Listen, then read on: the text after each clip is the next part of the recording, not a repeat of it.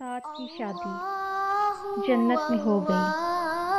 حضرت سعد الاسود رضی اللہ تعالیٰ عنہ کا نام سعد تھا، لیکن ان کی غیر معمولی سیاہ رنگت کی وجہ سے لوگ ان کو سعد الاسود یا اسود کہا کرتے تھے، جیسا کہ ہمارے ملک میں سیاہ فام آدمی کو لوگ کالا کہہ کر پکارتے ہیں۔ حضرت سعد الاسود رضی اللہ عنہ نے بارگاہ رسالت میں عرض کی، یا رسول اللہ صلی اللہ علیہ وآلہ وسلم، میں نکاح کرنا چاہتا ہوں، لیکن کوئی شخص میری بدصورتی کے سبب مجھ کو رشتہ دینے پر راضی نہیں ہوتا۔ میں نے بہت سے لوگوں کو پیام دیے، لیکن سب نے رد کر دیے۔ ان میں سے کچھ یہاں موجود ہیں اور کچھ غیر حاضر ہیں۔ رحمت عالم صلی اللہ علیہ وآلہ وسلم جانتے تھے کہ اس سیاہ فام شخص کو اللہ تعالیٰ نے نورانی جبلت عطا کی ہے اور جوش ایمان اور اخلاص فی الدین کے اعتبار سے اس کا مرتبہ بہت بلند ہے۔ حضور صلی اللہ علیہ وآلہ وسلم سراپا رحمت تھے، بے کسوں اور حاجت مندوں کے ملجا و ماوا تھے۔ ایک جان نثار کی بے کسانہ درخواست سن کر آپ صلی اللہ علیہ وآلہ وسلم کی شان رحیمی نے گوارا نہ کیا کہ لوگ اس کو محض اس وجہ سے ٹھکرائیں کہ وہ ظاہری حسن و جمال سے محروم ہے۔ آپ صلی اللہ علیہ وآلہ وسلم نے فرمایا، سعد گھبراؤ نہیں، میں خود تمہاری شادی کا بندوبست کرتا ہوں۔ تم اسی وقت عمر بن وہب ثقفی کے گھر جاؤ اور سلام کے بعد ان سے کہو کہ رسول صلی اللہ علیہ وآلہ وسلم نے آپ کی بیٹی کا رشتہ میرے ساتھ کر دیا ہے۔ حضور صلی اللہ علیہ وآلہ وسلم کا ارشاد سن کر حضرت سعد الاسود رضی اللہ تعالیٰ عنہ شادوں و فرحاں حضرت عمر رضی اللہ تعالیٰ عنہ بن وہب کے گھر کی طرف چل دیے۔ حضرت عمر رضی اللہ تعالیٰ عنہ بن وہب ثقفی نے نئے مسلمان ہوئے تھے اور ابھی ان کے مزاج میں زمانہ جاہلیت کی درستی موجود تھی۔ حضرت سعد رضی اللہ تعالیٰ عنہ نے ان کے گھر پہنچ کر انہیں سرور عالم صلی اللہ علیہ وآلہ وسلم کے فرمان سے مطلع کیا تو ان کو بڑی حیرت ہوئی کہ میری ماں پہ کر ذہین و فتین لڑکی کی شادی ایسے قریب منظر شخص سے کیسے ہو سکتی ہے۔ انہوں نے سوچے سمجھے بغیر حضرت سعد رضی اللہ تعالیٰ عنہ کا پیام رد کر دیا اور بڑی سختی کے ساتھ انہیں واپس جانے کے لیے کہا۔ سعادت مند لڑکی نے حضرت سعد رضی اللہ تعالیٰ عنہ اپنے باپ کی گفتگو سن لی تھی۔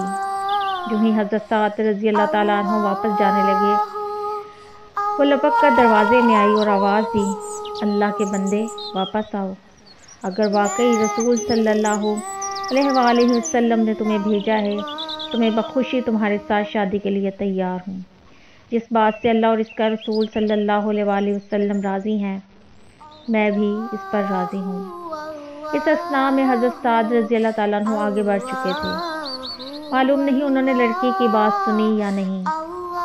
بہر صورت بارگاہ رسالت صلی اللہ علیہ وآلہ وسلم میں حاضر ہو کر سارا واقعہ عرض کر دیا۔ ادھر ان کے جانے کے بعد نیک بخت لڑکی نے اپنے والد سے کہا، ابا قبل اس کے کہ اللہ آپ کو رسوا کرے، آپ اپنی نجات کی کوشش کیجیے۔ آپ نے بڑا غضب کیا کہ رسول صلی اللہ علیہ وآلہ وسلم کے فرمان کی پرواہ نہ کی اور حضور صلی اللہ علیہ وآلہ وسلم کے فرستادہ کے ساتھ درست سلوک کیا۔ عمر رضی اللہ تعالیٰ عنہ بن وہب نے لڑکی کی بات سنی تو اپنے انکار پر سخت پشیمان ہوئے اور ڈرتے ہوئے بارگاہ نبوی صلی اللہ علیہ وآلہ وسلم میں حاضر ہوئے۔ حضور صلی اللہ علیہ وآلہ وسلم نے ان کو دیکھ کر فرمایا، تم ہی نے میرے بھیجے ہوئے آدمی کو لوٹایا تھا۔ عمر رضی اللہ تعالیٰ عنہ بن وہب نے عرض کیا، یا رسول اللہ صلی اللہ علیہ وآلہ وسلم، بے شک میں نے اس آدمی کو لوٹایا تھا، لیکن یہ غلطی لا علمی میں سرزد ہوئی۔ میں اس شخص سے واقف نہ تھا، اس لیے اس کی بات کا اعتبار نہ کیا اور اس کا پیام نامنظور کر دیا۔ خدا کے لیے مجھے معاف فرما دیجیے۔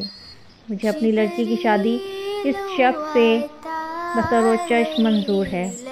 حضور صلی اللہ علیہ وآلہ وسلم نے حضرت عمرو رضی اللہ تعالیٰ عنہ بن وہب کا عذر قبول فرمایا اور حضرت سعد الاسود رضی اللہ عنہ سے مخاطب ہو کر فرمایا، سعد، میں نے تمہارا عقد بنت عمرو بن وہب سے کر دیا، اب تم اپنی بیوی کے پاس جاؤ۔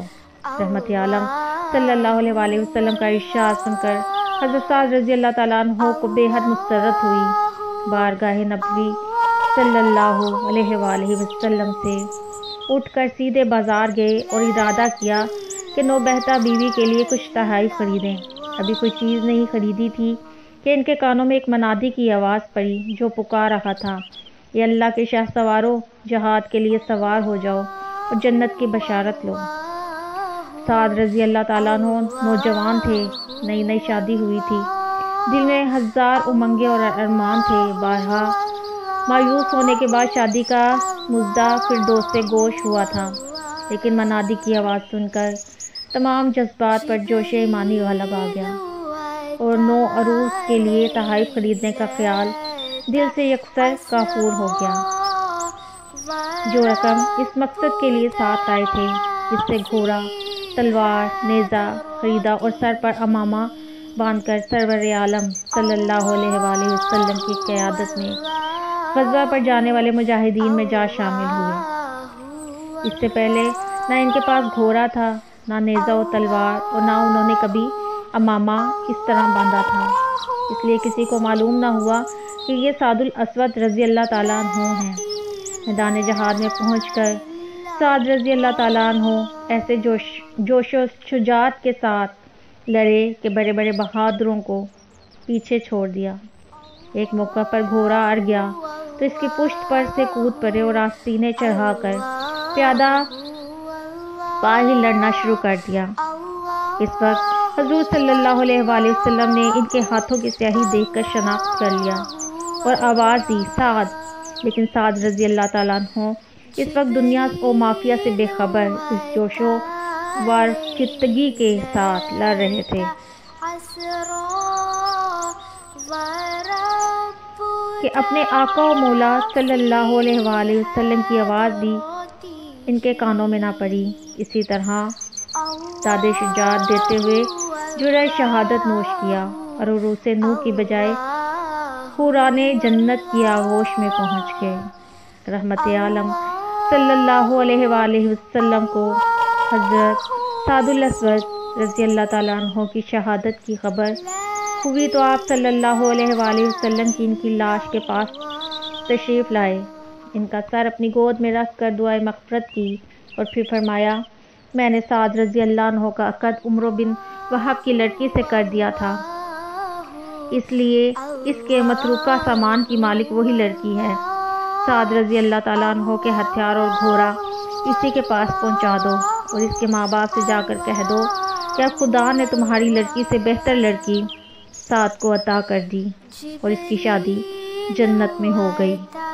قبول اسلام کے بعد حضرت سعد الاسود رضی اللہ تعالیٰ عنہ نے اس دنیائے فانی میں بہت کم عرصہ قیام کیا، لیکن اس مختصر مدت میں انہوں نے اپنے جوش ایمان، اخلاص، عمل کے جو نقوش صفحہ تاریخ پر ثبت کیے وہ امت مسلمہ کے لیے تا ابد مشعل راہ بنے رہیں گے۔ سبحان اللہ۔